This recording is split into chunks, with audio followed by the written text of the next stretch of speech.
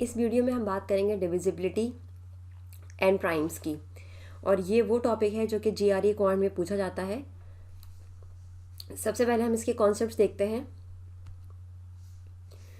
Integers are whole numbers. Integers कौन से numbers होते हैं? इंटीजर्स होल नंबर्स होते हैं। ये वो नंबर्स होते हैं जिनमें कोई डेसिमल पॉइंट नहीं होता। ये पॉजिटिव भी हो सकते हैं और ये नेगेटिव भी हो सकते हैं। अब इनकी एग्जांपल्स देख लेते हैं कि कौन से नंबर्स को हम इंटीजर्स कहेंगे। जैसे 3, 4, 5, ये सारे वो नंबर्स हैं जिनमें आपको डेसिमल नहीं नज़र आ रहा। इसके अलावा कुछ और नंबर्स भी होते हैं जिसमें डेसिमल होते हैं, जैसे 4 सपोज 4.5, 5.3। अब ये नंबर्स ऐसे हैं जिनमें आपको डेसिमल पॉइंट नज़र आ रहा है, तो ऐसे नंबर्स को इंटीजर्स नहीं कहा जाता, बल्कि ऐसे नंबर्स को डेसिमल नंबर्स या फिर नंबर्स कहा जाता है। यानी कि अगर जीआरई के क्वेश्चन में आपको इंटीजर का वर्ड नज़र आए तो इसका मतलब ये है कि आप किसी ऐसे नंबर को कंसीडर नहीं कर सकते जिसके अंदर डेसिमल पॉइंट मौजूद है। और अगर जीआरई के क्वेश्चन में नंबर का वर्ड आपको नज़र आए, नंबर, तो इसका मतलब ये है कि आपको कंसीडर करना चाहिए अपने केसेस को इस्टेब्लिश करते हुए डेसिमल नंबर्स को, डेसिमल डिजिट्स को भी। अब इसके क्या मतलब है ये आपको आगे आने वाले क्वेश्चंस में समझ में आएगा। इससे पहले हम देखते हैं इंटीजर्स के कुछ रूल्स।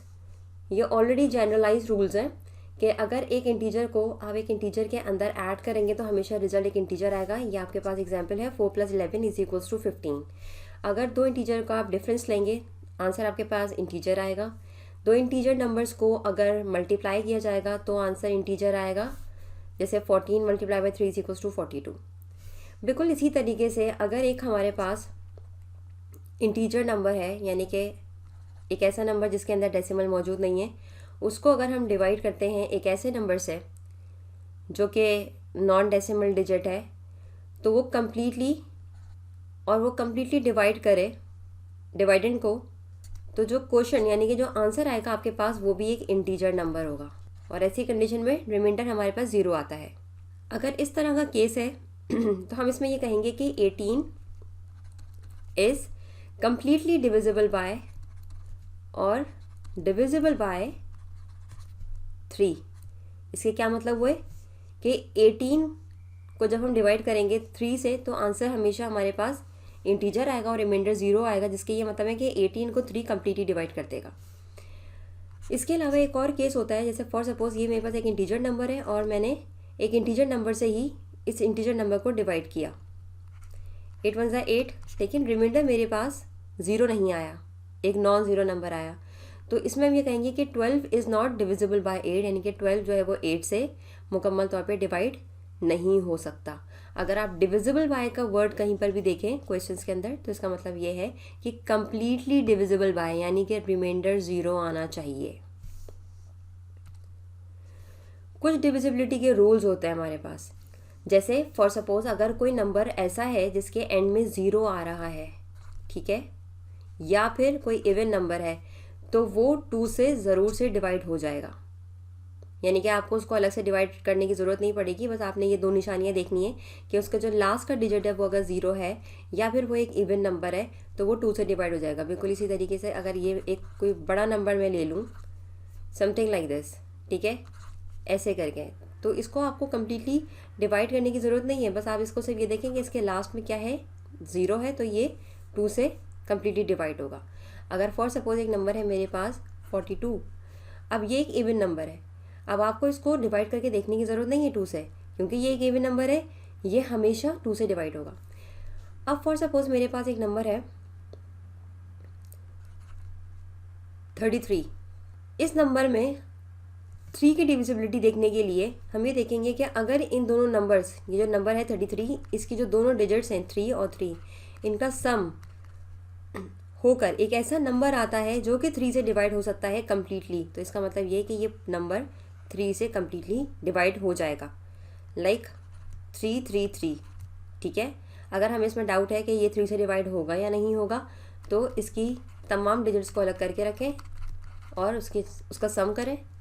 3 + 3 6, 6 + 3 9, और उसको 3 से डिवाइड करें। ये कम्प्लीटली डिवाइड हो रहा है इसका सम, तो इसका मतलब ये है कि ये नंबर 3 से डिवाइड हो जाएगा।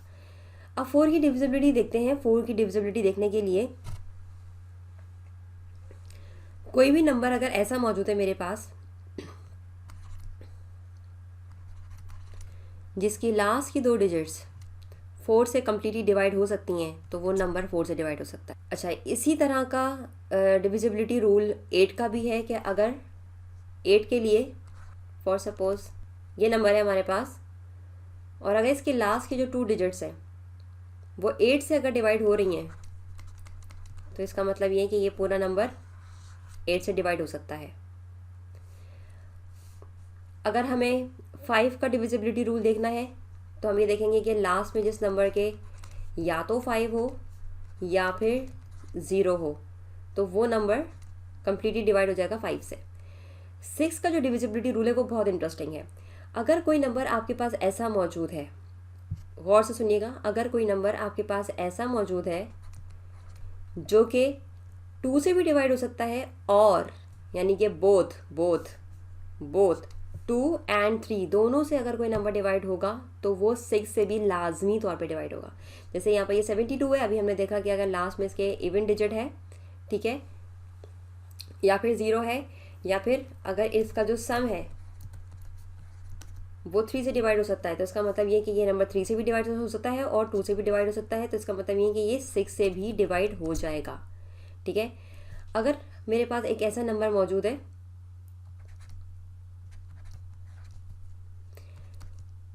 जिसके डिजिट्स का सम 9 से डिवाइड हो सकता है, तो वो नंबर 9 से डिवाइड हो सकता है। ठीक है, बिल्कुल इसी तरीके से 10 का डिविजिबिलिटी रूल देखते हैं। अगर कोई नंबर ऐसा है जिसके लास्ट में 0 है, सिर्फ 0 देखना है आपने, या अगर लास्ट की डिजिट पे 0 है, तो इसका मतलब ये है कि वो नंबर पूरा का पूरा 10 से कम्प्लीटली डिवाइड हो जाएगा। ये कुछ डिविजिबिलिटी रूल्स आपको याद रखने चाहिए, इससे आपको ये आसानी होगी कि जीआरई के क्वेश्चंस को आप कम टाइम में निकाल पाएंगे, कम टाइम में सोल्यूशन तक पहुंच पाएंगे। 2 के टेबल में 6 आता है, इसको हम इस तरह से भी कह सकते हैं कि 2 is a factor of 6, 2 is a divisor of 6, 2 divide 6। और यही सेम बात इस तरीके से कही जा सकती है कि 6 इज़ अ मल्टीपल ऑफ 2, और 6 इज़ डिविजिबल बाय 2, और 2 गोज़ इनटू 6। यानी ये कि अगर 6 कम्प्लीटली डिवाइड हो सकता है 2 से, तो हम ये कहेंगे कि 2 6 का फैक्टर है, या 2 6 का डिवाइज़र है, या फिर 6 इज़ कम्प्लीटली डिविजिबल बाय 2। ठीक है, इसको एक और एग्जाम्पल से बताया गया है, जैसे ये 2 और 4 है। जब 2 और 4 को हम मल्टीप्लाई करते हैं तो हमारे पास प्रोडक्ट आता है 8। तो इस तरीके से हम ये कह सकते हैं कि 2 एंड 4 ये दोनों 8 के फैक्टर्स हैं। अगर हमें ये कहा जाए कि हम 60 के फैक्टर्स मालूम करें, अभी हम प्राइम फैक्टर्स की बात नहीं कर रहे हैं, अभी हम सारे फैक्टर्स की बात करें, तो हम कैसे मालूम करते हैं? हम यहाँ से शुरू करते हैं 1 से, कि 1 के टेबल में 60 कहाँ आता है, 1 multiply by 60 is equals to 60। 2 के टेबल में 60 कहाँ आता है, 2 multiply by 30 is equals to 60।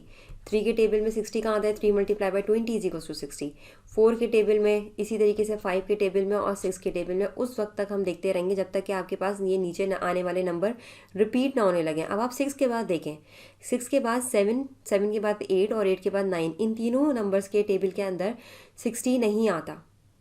ठीक है, फिर इसके बाद आपको मिलेगा 10 का टेबल जिसके अंदर 60 आता है, यानी कि 10 मल्टीप्लाई बाय 6 60। अब ये दोनों नंबर्स क्या कर रहे हैं, रिपीट हो रहे हैं, तो आप अपने प्रोसेस को यहीं पर रोक देंगे। ये हो गए आपके तमाम के तमाम फैक्टर्स, 60 के तमाम फैक्टर्स इस बार आपके सामने हैं। 1 2 3 4 5 6 7 8 9 10 11 12, 60 के 12 फैक्टर्स हैं हमारे पास, 12। ठीक है, अब हम आगे बढ़ते हैं। कुछ प्राइम नंबर्स ऐसे होते हैं जो जीआरई में आपको याद होने चाहिए, जैसे 2 3 5 7 11 13 17 19 23 29 31 37 41 43 47 53 59। एक इम्पॉर्टेंट फैक्ट ये है कि 1 प्राइम नंबर नहीं होता और 2 एक वाहिद इवन प्राइम नंबर है। इतनी बात हमने कर ली, हमें ज़रा पहले ये भी देखना चाहिए कि प्राइम नंबर्स होते क्या हैं। प्राइम नंबर्स वो नंबर्स होते हैं जो सिर्फ और सिर्फ अपने टेबल में आते हैं या फिर 1 के टेबल में आते हैं। ये दोनों प्रॉपर्टीज़ होनी चाहिए, यानी कि प्राइम नंबर वो नंबर होता है जो या तो अपने टेबल में आता है, यानी कि जैसे ये 2 है, अब ये 2 अपने टेबल में आएगा, 2 1 ज़ा 2, या फिर ये 1 के टेबल में भी आ सकता है, 1 multiply by 2 is equals to 2। जो भी नंबर ये दो प्रॉपर्टीज़ होल्ड करता है वही प्राइम नंबर कहलाता है। बिल्कुल इसी तरीके से आप 3 को देखें, 5 को देखें, 7 को देखें, ये सारे वो नंबर्स हैं जो सिर्फ और सिर्फ अपने टेबल में आते हैं या फिर 1 के टेबल में आते हैं। और इन तमाम नंबर में से सबसे स्पेशल नंबर होता है हमारे पास 2। ये वो वाहिद नंबर है जो कि प्राइम भी है और इवन भी है। ये प्रॉपर्टी आपको अच्छी तरीके से जहन में रखनी है क्योंकि आगे आने वाले क्वेश्चंस में हम इस प्रॉपर्टी को यूटिलाइज़ करेंगे। अगर हमें ये देखना है, किसी बड़े प्राइम नंबर को चेक करना है कि किसी बड़े नंबर को चेक करना है कि ये प्राइम नंबर है या नहीं, तो सबसे पहले हम क्या करेंगे, check whether it is divisible by one of the prime numbers less than 10। किसी भी नंबर को आप पिक करें, जैसे फॉर सपोज यहाँ पर आप पिक कर सकते हैं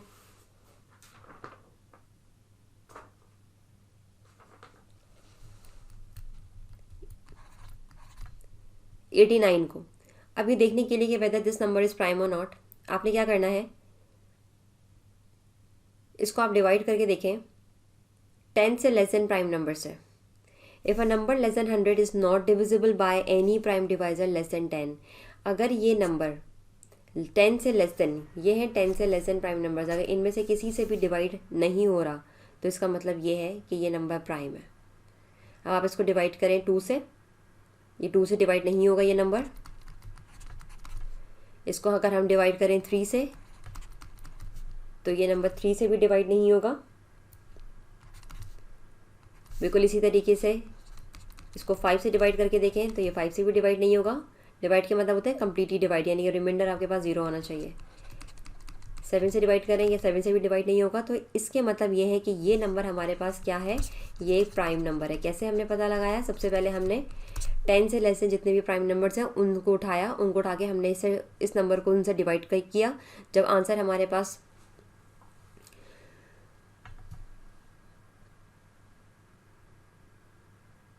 रिमाइंडर हमारे पास नॉन ज़ीरो नंबर आएगा तो इसके मतलब ये है कि ये नंबर सिर्फ और सिर्फ अपने टेबल में आता है और 1 के टेबल में आता है और बाकी किसी भी नंबर से ये डिवाइड नहीं होता। और यहाँ पर हम एक और बात और भी देख सकते हैं कि इस तरीके से ये 8, 5, 7, 2 और 3 ये इसके फैक्टर्स भी नहीं हैं। Prime factorisation. प्राइम फैक्टराइजेशन समझने से पहले एक कॉन्सेप्ट आपको समझना चाहिए कि कोई भी पॉजिटिव इंटीजर जो कि 1 से बड़ा होता है या तो वो प्राइम होता है या फिर आप उसको unique product of prime numbers में एक्सप्रेस कर सकते हैं। अब इसके क्या मतलब होते हैं, जैसे फॉर सपोज हमारे पास एक नंबर है 3, ठीक है, ये प्राइम नंबर है, 1 से बड़ा है और ये प्राइम नंबर है, ठीक है। अब ये 4 है, ठीक है, ये प्राइम नंबर नहीं है लेकिन हम इसको unique product of prime number से एक्सप्रेस कर सकते हैं। कैसे, हम इसके प्राइम फैक्टर्स बनाएंगे। और प्राइम फैक्टर्स बनाने का तरीका क्या है, हम फैक्टर ट्री को इस्तेमाल करते हैं, यानी कि हम इसका ये इस तरीके से करके ट्री बनाते हैं। 2 2 ज़ा 4। अब यहाँ पर ये 2 और ये 2 इस 4 के क्या हैं, फैक्टर्स हैं, ठीक है। और 2 हमारे पास प्राइम फैक्टर है, हम 4 को इस तरीके से एक्सप्रेस कर सकते हैं, 2 मल्टीप्लाई बाय 2 या फिर 2 की पावर 2। इसके मतलब होते हैं किसी भी नंबर को unique product of prime numbers में रिप्रेजेंट करना। अब हम बात करेंगे यहाँ पर 96 एक नंबर है उसके प्राइम फैक्टर्स की। अब 96 के प्राइम फैक्टर्स हम कैसे निकाल सकते हैं, ये मेरे पास फैक्टर ट्री है। जैसे हमने यहाँ से 96 को स्टार्ट किया, प्राइम फैक्टर्स निकालने के लिए, प्राइम फैक्टराइजेशन परफॉर्म करने के लिए हम फैक्टर ट्री का इस्तेमाल करेंगे। अब ये देखें 2 multiply bye 48 96, now 4 multiply bye 12, 2 2 ज़ा 4। उस वक्त तक करना जब तक कि आपके पास सारे के सारे फैक्टर्स जो हैं वो प्राइम नहीं हो जाते, ठीक है। 4 मल्टीप्लाई बाय 3, 2 मल्टीप्लाई बाय 2। अब यहाँ पर आप देखें जितने भी आपके पास ये फैक्टर्स बचे हैं, बिल्कुल लास्ट लेवल पे आपके ट्री के बिल्कुल जो लास्ट लेवल है उसके ऊपर ये जो भी आपके पास नंबर्स आपको नज़र आ रहे हैं ये प्राइम नंबर्स हैं। तो 96 को हम कैसे रिप्रेजेंट कर सकते हैं, 96 को हम रिप्रेजेंट कर सकते हैं 2 मल्टीप्लाई बाय 2 मल्टीप्लाई बाय 2। यहाँ पर हमें 1 2 3 4 5 2 नज़र आ रहे हैं, तो हम इसको इस तरीके से लिख सकते हैं। और इसके अलावा हम इसको इस तरीके से भी लिख सकते हैं, 2 raise to the power 5 multiply by 3, ठीक है। ये जो हमने यहाँ पर इस प्राइम नंबर इस 96 जो कि हमारे पास प्राइम नंबर नहीं है उसको हमने किस तरीके से रिप्रेजेंट किया, unique product of prime numbers में। अच्छा, ये तो हमारे पास फिर भी एक छोटा नंबर था, हम इसके फैक्टर्स को गिन पाए कि ये हमारे पास टोटल फैक्टर्स इसके कितने आए, 1 2 3 4 5 6। और अगर मैं यूनिक फैक्टर्स की बात करूँ तो यूनिक फैक्टर्स इसके अंदर सिर्फ और सिर्फ 2 हैं, 2 और 3। ठीक है। अगर किसी लास्ट नंबर के फैक्टर्स को काउंट करना होता है तो वो हम किस तरीके से करते हैं, जैसे फॉर सपोज हमारे पास है ये 8400। अब सबसे पहले हम इसके फैक्टर्स बना लेते हैं।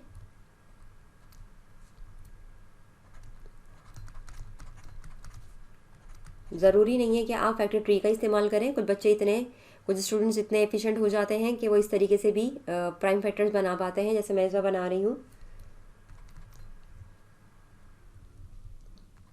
3 मल्टीप्लाई बाई 2 मल्टीप्लाई बाई 2, क्योंकि प्रैक्टिस करते करते कुछ कुछ फैक्टर्स आपको याद भी होने लगेंगे।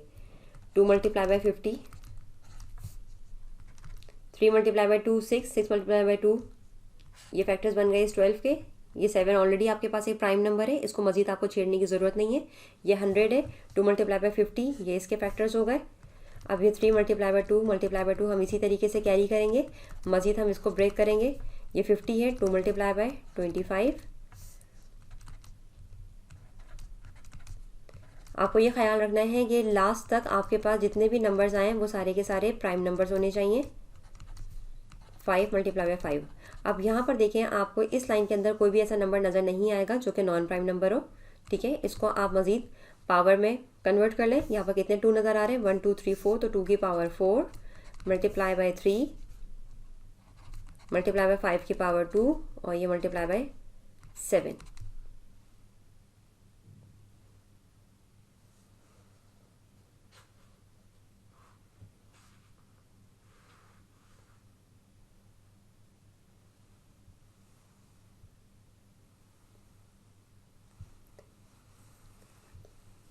अच्छा, ये हमारे पास प्राइम फैक्टर्स हैं, हमें इसके तमाम तर फैक्टर्स मालूम करने हैं और ये भी हमारे पास यहाँ पर इसके ये प्राइम फैक्टर्स हैं। ठीक है।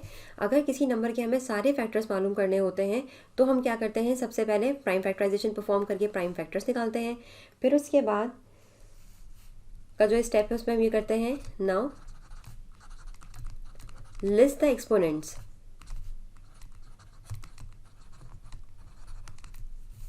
ये हमारे पास होगा स्टेप नंबर 2 और यहाँ पर हम मेंशन कर लेते हैं कि स्टेप नंबर 1 में हम क्या करेंगे, प्राइम फैक्टराइजेशन परफॉर्म करेंगे।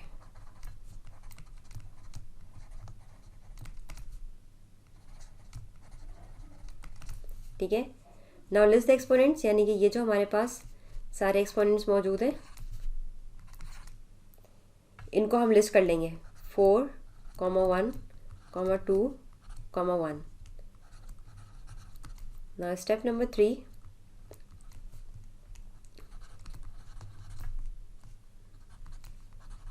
Add 1 to the exponents.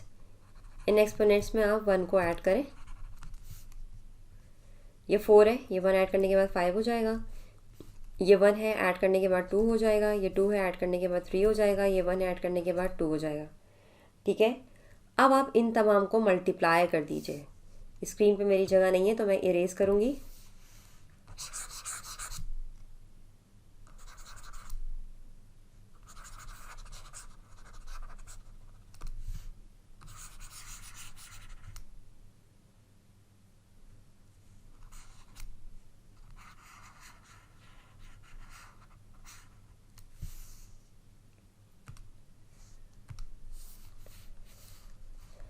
Now, final step is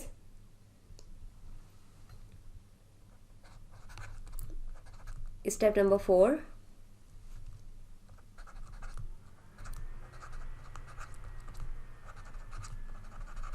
Multiply all. 5 multiply by 2 multiply by 3 multiply by 2, 5 to the 10, 10 multiply by 3 30, 30 multiply by 2 is equals to 60। Total factors जो आएंगे हमारे पास वो आएंगे 60।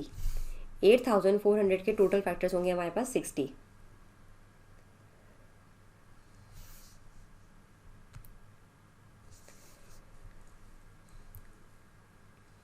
अब आप चाहें तो वीडियो को पॉज करके बिल्कुल इसी तरीके से तमाम तर फैक्टर्स निकाल सकते हैं 21,600 के।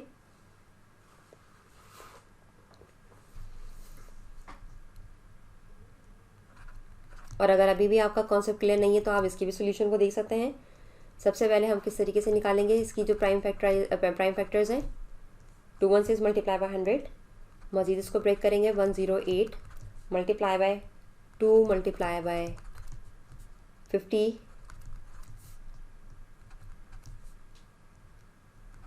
2 multiply bye 54 multiply by 2 multiply by 2 multiply by 2 multiply bye 25।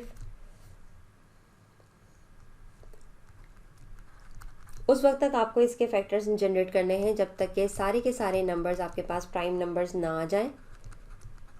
यही प्राइम फैक्टराइजेशन का रूल है। ये इस वक्त हम प्राइम फैक्टराइजेशन परफॉर्म कर रहे हैं और अब हम इसके बिल्कुल लास्ट स्टेज पे मौजूद हैं जहाँ पर हमारे पास सारे नंबर्स जो हैं वो प्राइम फैक्टर्स बन जाते हैं। यहाँ 2 मल्टीप्लाई बाय 2 मल्टीप्लाई बाय 2 27 को हमने प्राइम फैक्टर से ब्रेक किया। ये 3 दफ़ा हमने 3 को इससे मल्टीप्लाई किया तो हमारे पास 27 बनता है। फिर 2 multiply bye 5 multiply bye 5 multiply by 2। अब आपने इसके ऊपर लगानी है पावर 2 की पावर 5, क्योंकि यहाँ पर हमारे पास 5 2 मौजूद हैं। 1 2 3 4 5 और 3 के ऊपर पावर लगाइए 3, इसके बाद 5 के ऊपर पावर लगाएं 2। तो ये जनाब हमारे पास सारे के सारे जो नंबर्स थे उनके ऊपर हमने पावर लगा ली है। अब हम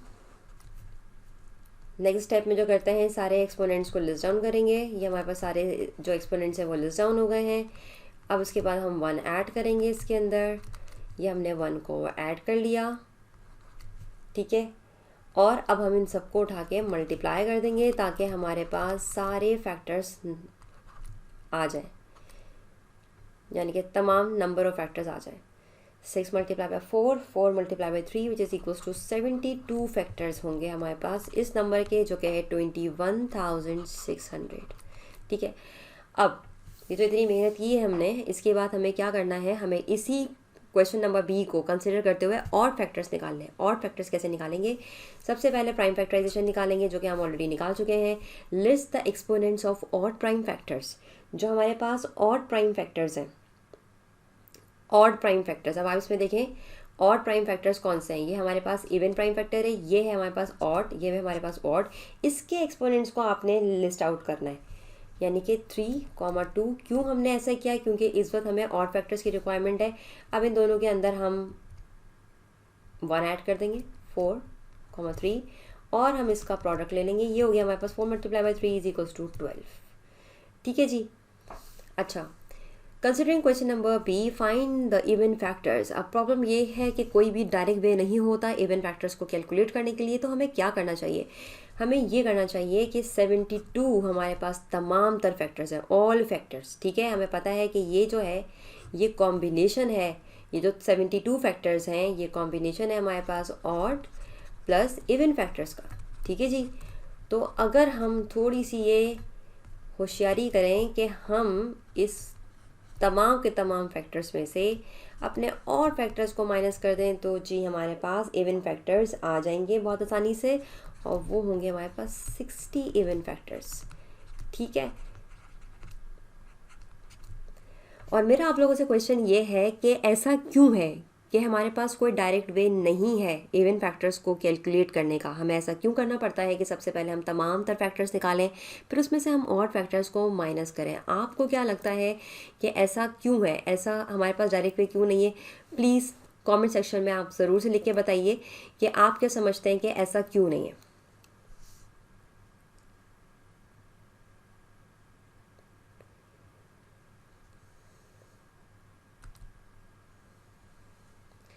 अच्छा जी, अब हम बात करेंगे मल्टीपल्स की। मल्टीपल्स को जब हम डिस्कस करते हैं तो उसको डिस्कस करने के हमारे पास कई वेज हैं। मल्टीपल्स के बारे में जब भी आपको कहीं पर कोई स्टेटमेंट लिखा हुआ मिलेगा तो वो कई तरीके से रेफ़र किया जाएगा जीआरई के क्वेश्चन के अंदर। किस तरीके से किया जाएगा ये देखते हैं। 7 इज़ अ फैक्टर ऑफ 91। इसके क्या मतलब है कि 91 जो है वो 7 का मल्टीपल है, यानी ये भी आप कह सकते हैं कि 91 7 के टेबल में आता है, या 7 इज़ अ डिवाइज़र ऑफ 91। अब ये एक ही बात है, कहीं पर आपसे वो ये पूछेगा, ये बताएगा आपको क्वेश्चन के अंदर कि 7 इज़ अ फैक्टर ऑफ 91, यानी कि 7 91 का फैक्टर है, तो क्या 91 कम्प्लीटली डिवाइड हो रहा है 7 से? बात एक ही कर रहा है वो आपसे, लेकिन अल्फाज दूसरे इस्तेमाल कर रहा है। इसलिए आपको ये जानना बहुत ज़रूरी है कि ये जो 4 बातें यहाँ पर लिखी हुई हैं इन सब का मतलब बिल्कुल एक है। अब ये मैं आपको थोड़ा सा समझाती हूँ कि किस तरीके से 7 इज़ अ फैक्टर ऑफ 91, 7 91 का फैक्टर है। 7 इज़ अ डिवाइजर ऑफ 91, एक ही बात है, 7 जो है वो 91 को कम्प्लीटली डिवाइड कर सकता है। 91 is divisible bye 7, 91 completely divide हो सकता है 7 से। 91 इज़ अ मल्टीपल ऑफ 7, यानी कि 91 7 का मल्टीपल है, यानी ये कि 7 के टेबल में आता है। अब इसके कुछ की कॉन्सेप्ट्स होते हैं, ये आपने मेमोराइज करने हैं ताकि इनको इस्तेमाल करके आप अपने जीआरई के क्वेश्चंस को सॉल्व कर सकें।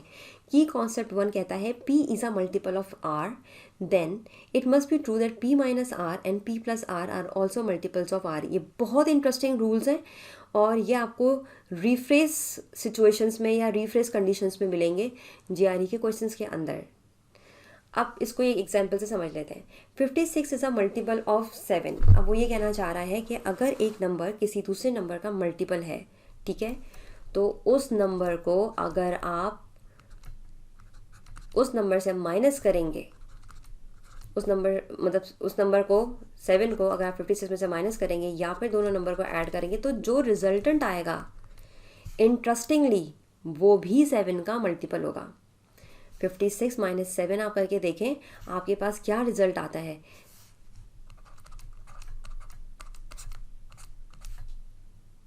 49, 56 प्लस 7 63। अब आप खुद देखें 49 और 63 ये दोनों नंबर्स भी 7 के टेबल में आते हैं। तो अगर दो नंबर, अगर कोई एक ऐसा नंबर है जो कि किसी एक सर्टेन नंबर के टेबल में आ रहा है, तो जिसका टेबल है यानी कि जो मल्टीपल है और जिसके टेबल में वो नंबर आ रहा है, उन दोनों का अगर आप सम करेंगे या उन दोनों का अगर आप डिफरेंस लेंगे, तो जो भी रिजल्टेंट आएगा वो भी उस सर्टेन टेबल का मल्टीपल होगा या वो भी उस सर्टेन नंबर का मल्टीपल होगा। बिल्कुल इसी तरीके से अगर दो नंबर हैं हमारे पास अलग अलग, ठीक है, और अगर वो एक किसी सर्टेन नंबर के मल्टीपल्स हैं, जैसे 6 एंड 12 जो हैं वो मल्टीपल हैं 6 के, इस बार 6 की एग्जाम्पल मेरे पास लिखी हुई है। तो जब हम ऐड करेंगे उन दोनों नंबर्स को, ठीक है, या जब हम उन दोनों नंबर्स को सब्ट्रैक्ट करेंगे और जो रिजल्टेंट आएगा वो भी हमारे पास उस सर्टेन नंबर का के मल्टीपल्स होंगे। यहाँ पर 6 की एग्जाम्पल है, हम एक काम करते हैं, हम 6 और 12 को लेते हैं कि भाई 6 और 12 जो है वो अगर मल्टीपल है हमारे पास 3 के, तो 6 प्लस 12 18, ठीक है, और 12 माइनस 6 ये दोनों नंबर भी अल्टीमेटली 3 के मल्टीपल्स होंगे। ये भी एक रूल है हमारे पास। अगर if P is a multiple of R then any multiple of P is a multiple of R, यानी ये कि अगर P R का मल्टीपल है तो P का कोई भी मल्टीपल R का मल्टीपल होगा। यानी ये कि 6 अगर 2 का मल्टीपल है, यानी कि अगर 6 2 के टेबल में आता है, तो इसके क्या मतलब है, इसके मतलब ये है कि 6 का कोई भी मल्टीपल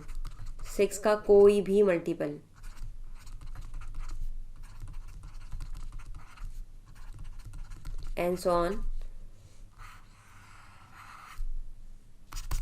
ये 2 के टेबल में आएंगे।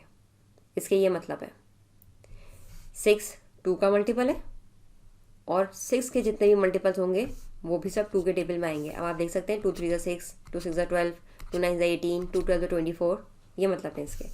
अगर दो नंबर्स हैं हमारे पास जो कि मल्टीपल हैं R के, जैसे 6 एंड 12 6 के मल्टीपल्स हैं या 6 एंड 12 3 के मल्टीपल्स हैं, तो इन दोनों नंबर्स का जो प्रोडक्ट होगा हमारे पास वो भी इस सर्टेन नंबर का मल्टीपल होगा। इसको हम इस तरीके से समझ सकते हैं, जैसे 4 और 12 अगर ये मल्टीपल हैं दोनों 2 के, यानी कि 2 के टेबल में आते हैं अगर ये दोनों, तो इन दोनों का जो प्रोडक्ट है 4 मल्टीप्लाई बाई 12 यानी कि 48, वो भी 2 के टेबल में आएगा या फिर 2 का मल्टीपल होगा। और अगर आप चाहें तो इन चारों कॉन्सेप्ट्स को अलग अलग नंबर लगा के चेक कर सकते हैं कि ये कहाँ वैलिड है और कहाँ इनवैलिड है। वैसे तो ये जनरलाइज रूल्स हैं और ये उन तमाम तर नंबर्स पे वैलिड हैं अगर आप इनको अकॉर्डिंग टू द कंडीशन इस्तेमाल करेंगे। Now factor foundation rule. This discussion begins with the factor foundation rule. The factor foundation rule states if A is divisible by B, बहुत इंपॉर्टेंट कॉन्सेप्ट है, बहुत ही इंपॉर्टेंट कॉन्सेप्ट है ये कि अगर कोई नंबर डिवाइड हो रहा है, जैसे ये 6 है, अगर ये डिवाइड हो रहा है फॉर सपोज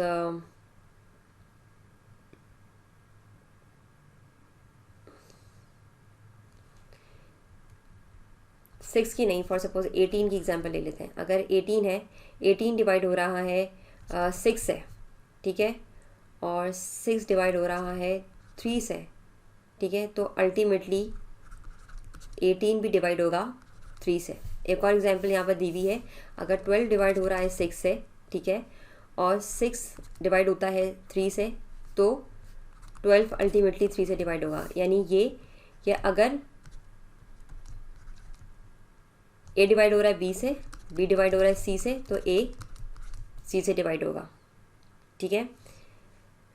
अब इस रूल को हम रिवर्स में भी समझते हैं कि अगर कोई मेरे पास नंबर है डी, ठीक है, वो दो अलग अलग प्राइम नंबर से डिवाइड हो रहा है, जैसे एक ई से, दो डिफरेंट प्राइम नंबर से, ई से और एफ से डिवाइड हो रहा है, तो वो नंबर यानी कि डी इन दोनों के प्रोडक्ट से भी डिवाइड होगा। कैसे? जैसे फॉर सपोज अगर 20 है, 20 एक प्राइम नंबर 2 से भी डिवाइड हो रहा है, 20 एक प्राइम नंबर 5 से भी डिवाइड हो रहा है, तो 22 मल्टीप्लाई बाय 5 से भी डिवाइड हो सकता है। ये देखें, इस रूल के ये मतलब है। अच्छा जी, अब बहुत सी जगह पे जीआरई के क्वेश्चंस कुछ इस तरीके से पूछे जाते हैं आपसे। ये जीआरई के ही बिल्कुल पैटर्न का एक क्वेश्चन है, ठीक है। एक्स एक नंबर है जो कि अननोन है, ठीक है। अब यहाँ पर 6 उसका फैक्टर है, यानी कि ये नंबर 6 से डिवाइड हो रहा है। अब वो आपसे पूछ रहा है कि ये 3 स्टेटमेंट्स हैं, इन तीनों स्टेटमेंट्स में बताओ कि कौन सा स्टेटमेंट मस्ट बी ट्रू, ज़रूर से ट्रू होगा, हर कंडीशन में ट्रू होगा। कौन सा ऐसा नंबर है, कौन सा ऐसा स्टेटमेंट है जो कभी ट्रू होगा, कभी ट्रू नहीं भी होगा, और कौन सा ऐसा स्टेटमेंट है जो कभी भी ट्रू नहीं होगा।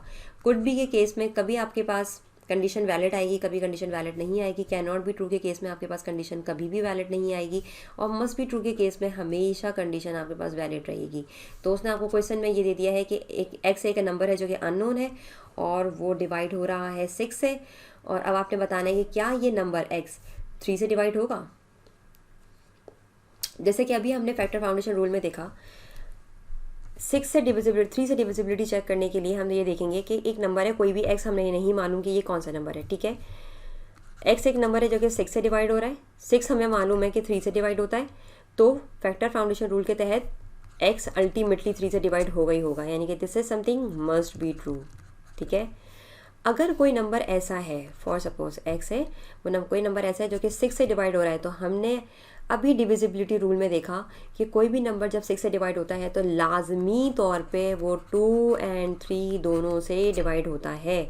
ये कंडीशन हमें बताती है कि ये जो स्टेटमेंट नंबर 2 है ये भी ट्रू है। लेकिन सवाल ये पैदा होता है कि यहाँ तो लिखा है एक्स इज इवन, और मैंने अभी ये कहा कि अगर कोई नंबर 6 से डिवाइड हो रहा है तो वो 2 और 3 से भी होगा।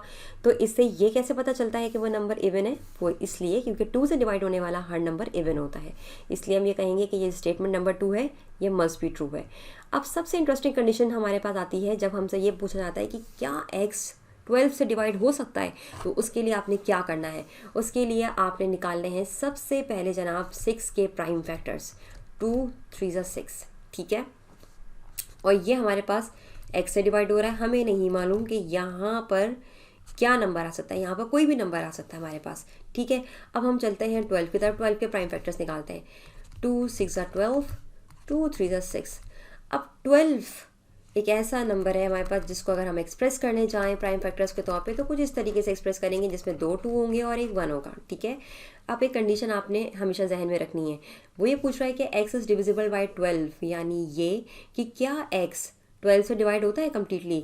अगर x 12 से कम्प्लीटली डिवाइड होता है तो ज़रूरी है जनाब के x के जितने भी यहाँ पर फैक्टर्स हैं वो यहाँ पर x के अंदर इस पूरे प्राइम फैक्टर ट्री के अंदर मौजूद होने चाहिए, ठीक है। ये कंडीशन गौर से समझिए। अगर हम ये कहेंगे कि एक कोई भी सर्टेन नंबर इस नंबर को कम्प्लीटली डिवाइड करता है तो उसके तमाम तर फैक्टर्स यहाँ होने चाहिए, और इजाफी कुछ और भी फैक्टर्स यहाँ पर हो सकते हैं, उससे हमें कोई फ़र्क नहीं पड़ता, लेकिन कम से कम 2 2 और एक 3 इसके अंदर मौजूद होना चाहिए। अब यहाँ पर क्वेश्चन मार्क जहाँ मैंने लगाया है, यहाँ पर 2 भी आ सकता है और 3 भी आ सकता है। अब ये कंफर्म कैसे करें कि 12 यहाँ पर इसको x को कम्प्लीटली डिवाइड कर सकता है या नहीं। देखिए x 6 का मल्टीपल है, या आप ये भी कह सकते हैं कि 6 यहाँ पर x का फैक्टर है।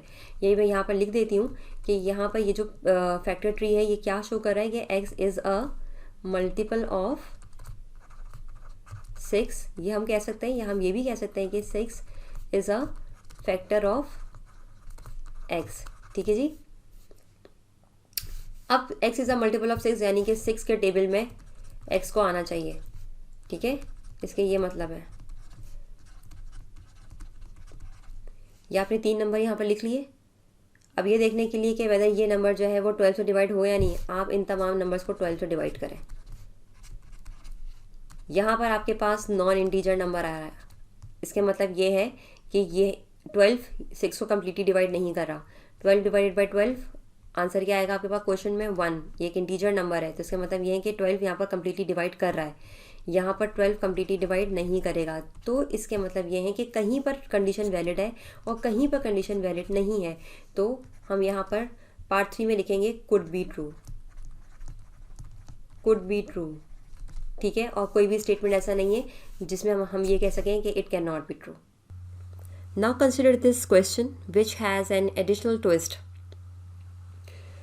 Once again, there will be 3 statements and you need to decide whether each statement must be true, could be true और cannot be true। अच्छा जी, सबसे पहले हम क्या करते हैं, फैक्टर ट्री बना लेते हैं। x is divisible by 3 and x is divisible by 10। दूसरा फैक्टर क्या होगा हमें नहीं मालूम।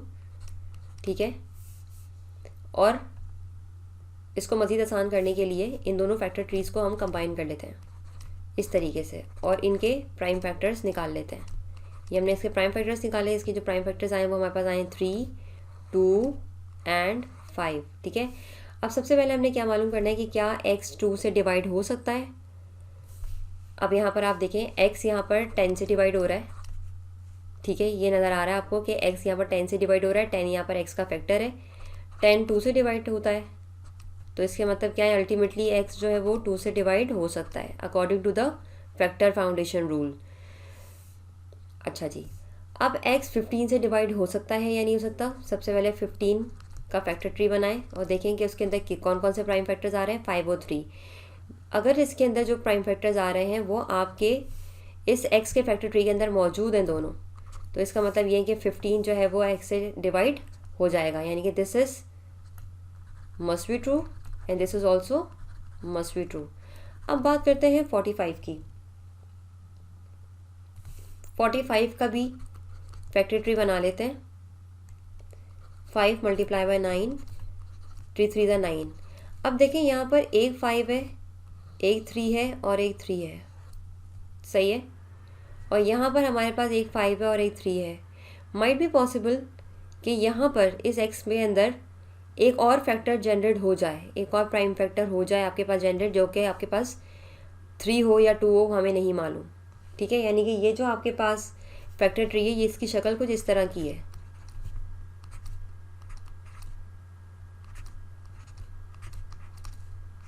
और एक जगह ये क्वेश्चन मार्क है, अब हमें नहीं मालूम कि यहाँ पर अगर हो सकता है 2 आ जाए, हो सकता है 3 आ जाए, या कोई भी नंबर यहाँ आ सकता है। तो ये चेक करने के लिए कि वेदर ये x 45 से डिविजिबल है या नहीं, यहाँ पर आप देखें कि x जो है इस वक्त वो मल्टीपल है किसका, 30 का, सही है। तो हम क्या करते हैं 30 के मल्टीपल्स जनरेट कर लेते हैं कुछ।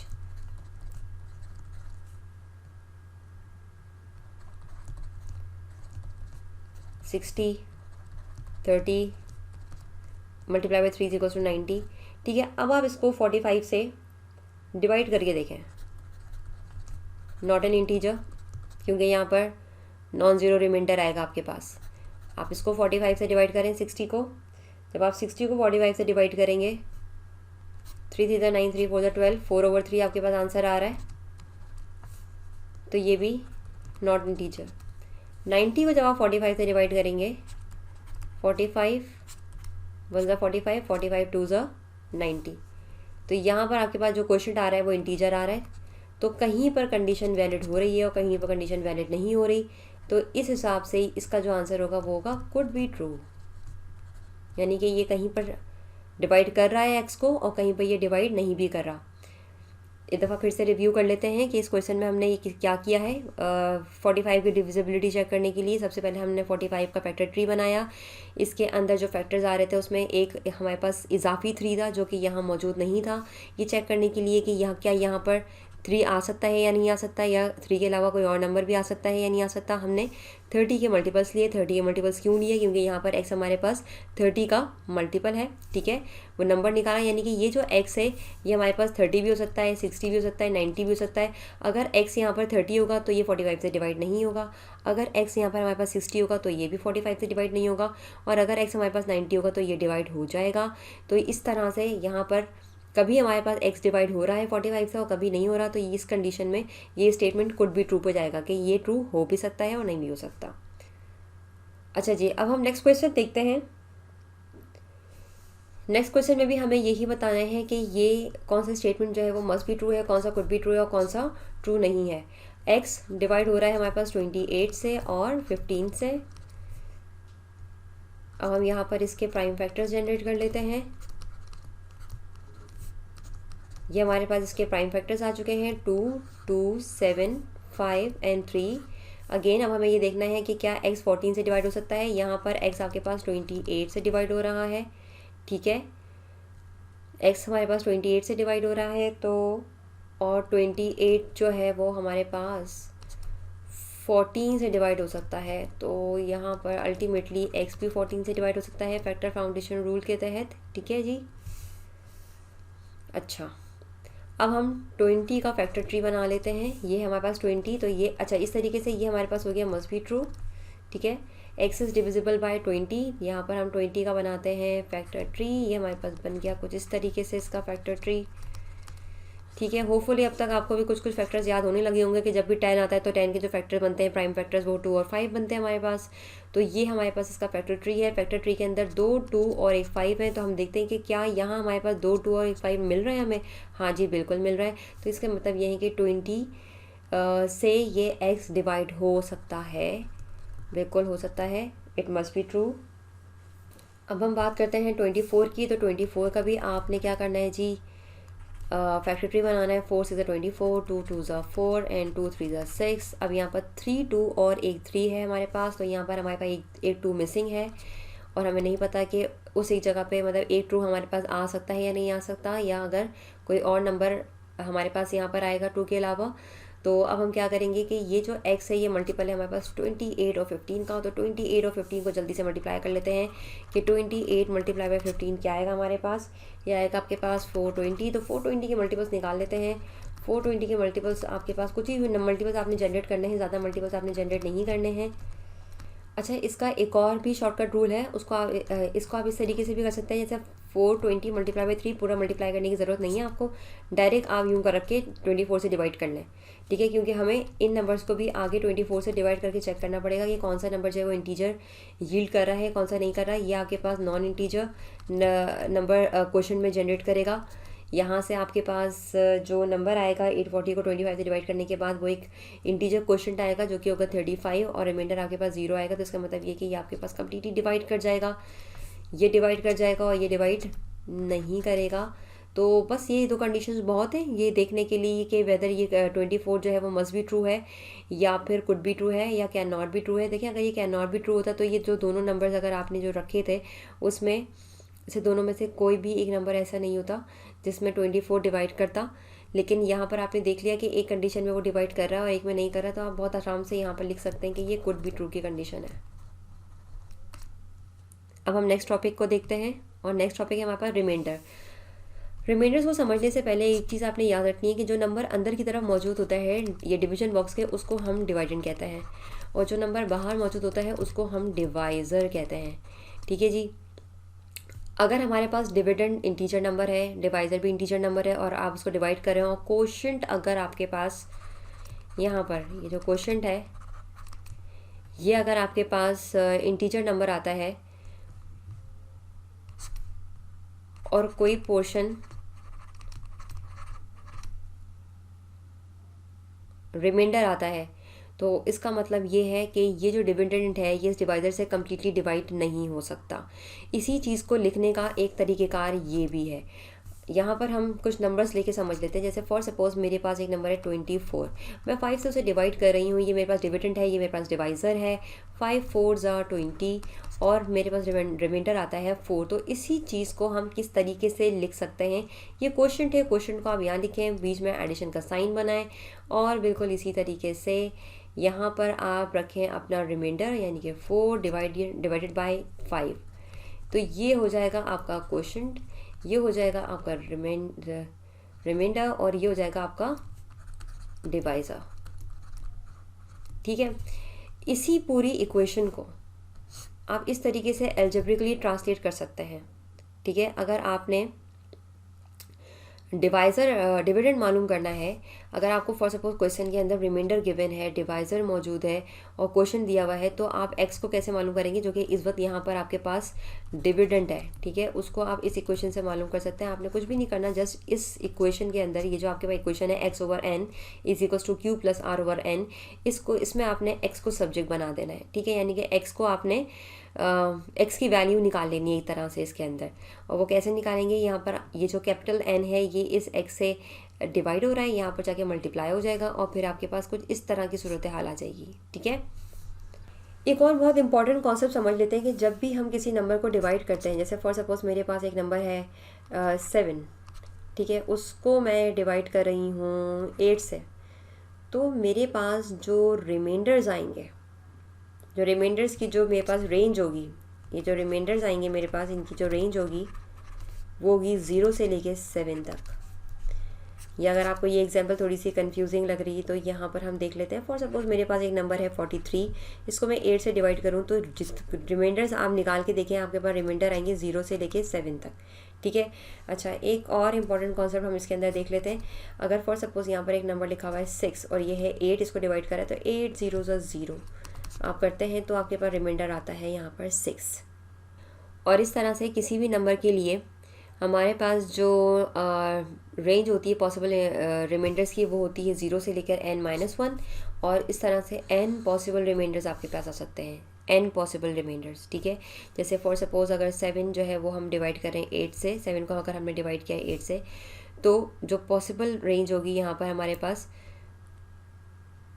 इस केस में तो हमारे पास सिर्फ 0 ही आ रहा है, लेकिन और भी नंबर्स में अगर किसी भी नंबर को आप 8 से डिवाइड करेंगे, जैसे ये है, ये वाला केस है, ये वाला केस है, तो हर केस में बहुत से बहुत जो आपके पास रिमाइंडर की जो लीस्ट पॉसिबल रेंज होगी, मतलब लीस्ट नंबर जो आएगा वो आएगा 0 और जो हाईएस्ट नंबर आएगा ना रिमाइंडर का वो आपके पास आएगा 7।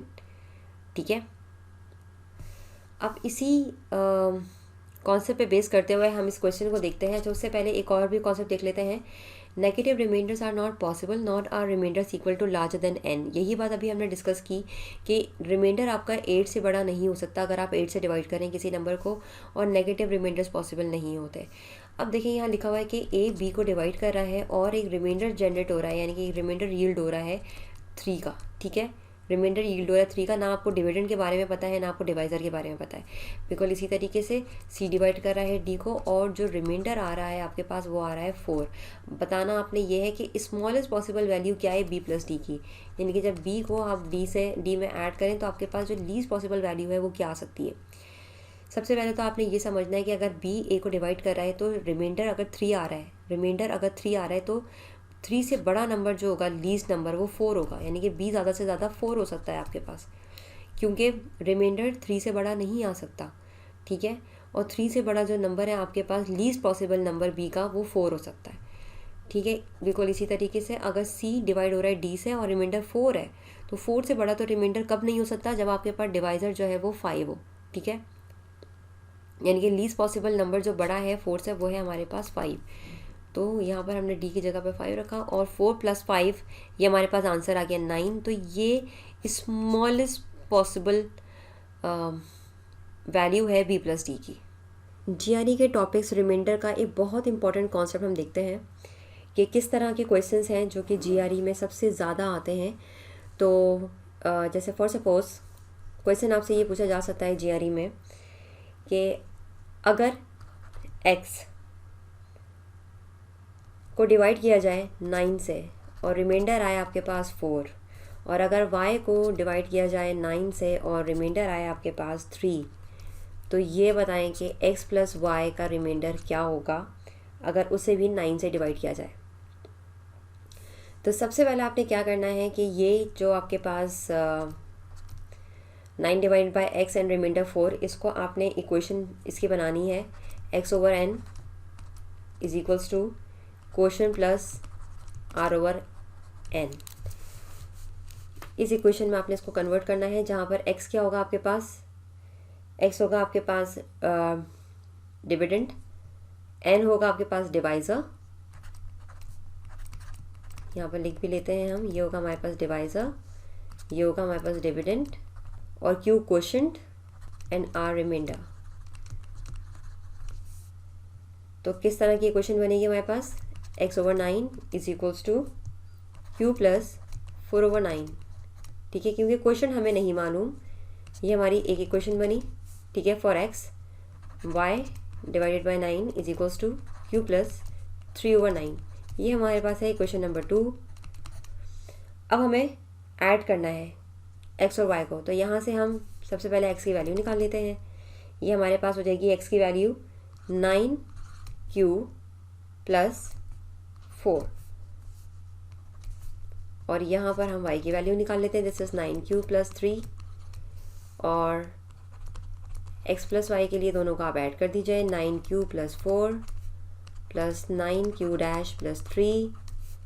हमें रिमाइंडर बताना है कि जब x प्लस वाई 9 से डिवाइड करेगा तो रिमाइंडर क्या आएगा आपके पास, ये 9q प्लस 9q डैश को सेपरेट कर लें, 4 प्लस 3 7 आएगा।